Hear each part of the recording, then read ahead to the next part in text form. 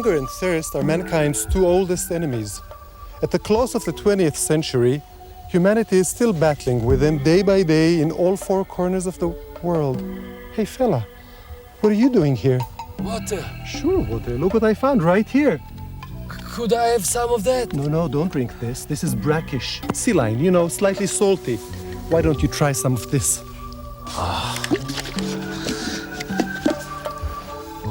What are you doing lying here in the sand? Get up! Hey, you don't have anything to eat, do you? Sure I do. Come right here.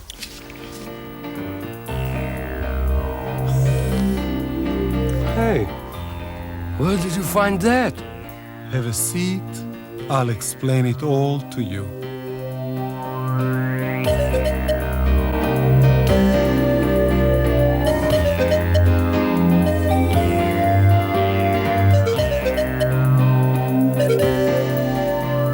Man gets his food from the soil, from the earth. But there are still millions of acres which are not being used. In fact, mankind hasn't yet laid hand on most of the desert lands on this planet of ours. Okay, but what's that got to do with a tomato? Wait and see. Israel, for example, is right in the middle of one of those desert areas. It's called the Sahara. And the Negev Desert, which is part of it, makes up more than half of the whole country. But what's that got to do with... Hang in there just a moment. Okay. Israel is one of the world's leaders in advanced agriculture. Ever since the state was established, and even before that, we've been putting out a massive effort to combat our desert climate.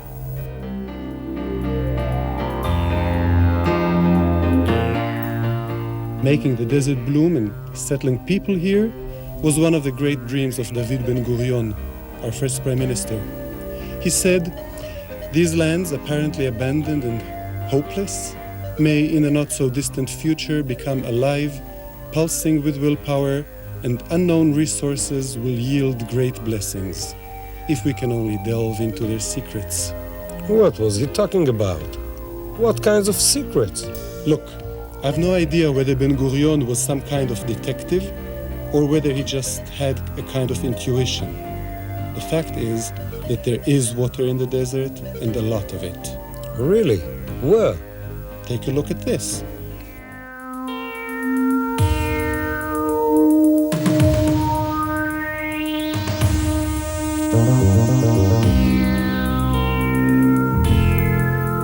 What's this?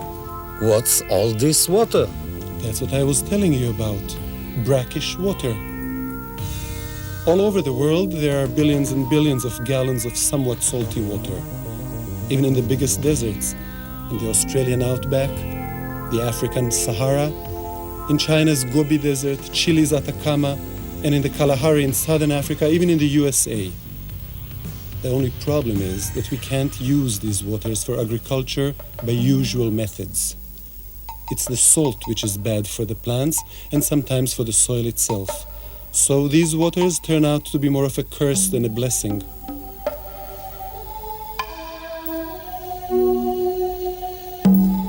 Ever since the very beginning of desert settlement, way back in 1943, farmers have been trying to solve the problem of how to use salty waters, and there have been a lot of experiments in this field.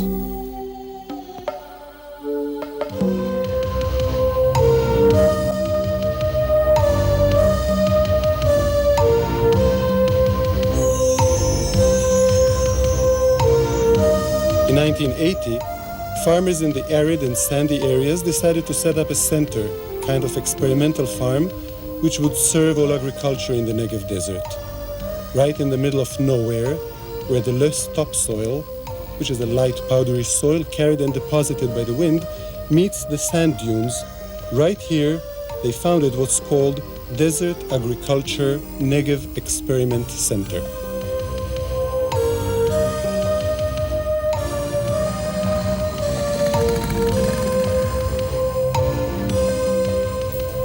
The place serves local researchers. It's shared by academic researchers working on various projects, and also by staff from the Ministry of Agriculture's Training Division. You've got 5 permanent researchers from the kibbutzim in the region, helped by technicians who are specialists in agriculture.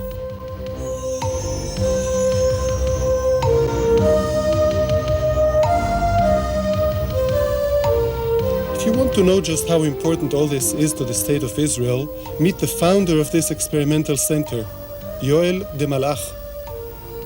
Yoel came to this region way back in 1943 with the founders of Kibbutz Revivim, and ever since then he's been obsessed with finding solutions to the problems of desert agriculture. He's been honored for his achievements with the state's highest award, the Israel Prize. Shalom! Hi! Yeah, that's all just great. But you still haven't said anything about that tomato. Don't rush me, I'm getting there. The major experiments being done here concentrate on the two principal problems of desert agriculture: sandy soil and salty water. They are attacking the water problem from various angles: how to improve the genetic structure of plants to be grown, studying their physiology, but mostly they're looking for ways to improve systems of irrigation and fertilizing, and to match them to the needs of the farmer himself. Here, for example, we've got a computer which was specially developed for this research station. What it does is it controls what we call the water mix. It checks and balances the amounts of expensive sweet water piped from the north with salty water pumped out from local wells. This way we can tell how the plants react to different doses of salinity. Tell me, Ms. Hohoba, just how many teaspoons of salt do you like in your water? The second thing they're dealing with here is the sandy soil problem. That's soil which can't easily retain the water and fertilizers that the plants need. Here they're developing techniques to provide just the right amounts of water and fertilizers on a strictly scheduled rationing system up to 6 times a day, so that the plants can grow the best suited root patterns and efficiency for this soil.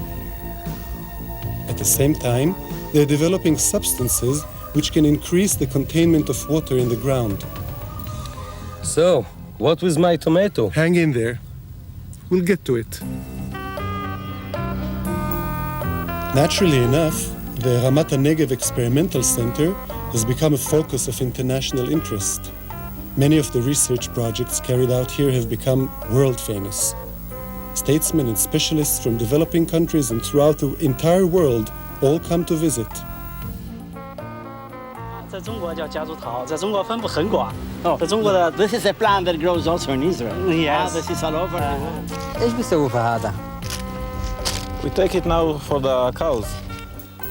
There was an Egyptian research team here for a period of several months, and as a result, farms have been set up in Egypt modeled on the systems they studied here. Everyone here wants a closer ties with the third world.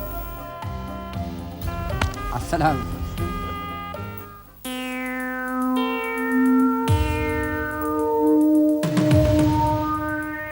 So, what's this all about?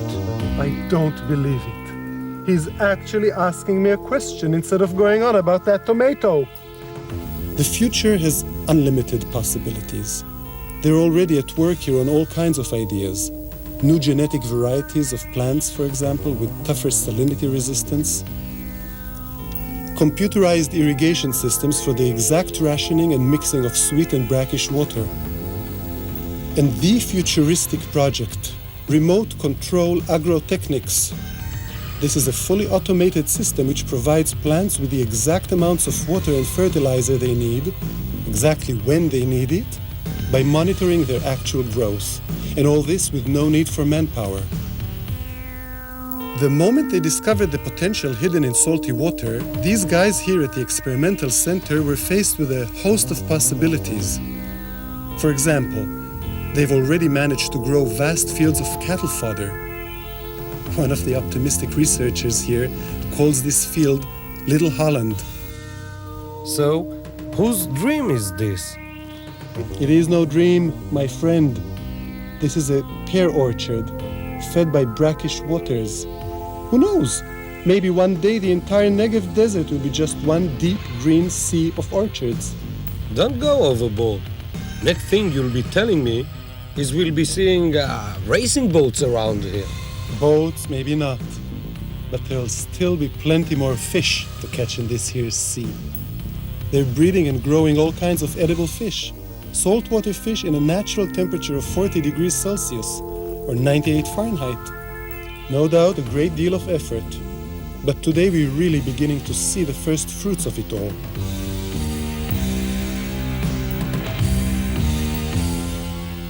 Nowadays in the Negev, we've got thousands of acres of all kinds of crops under cultivation. And it's not only possible, it's also profitable. It also tastes good.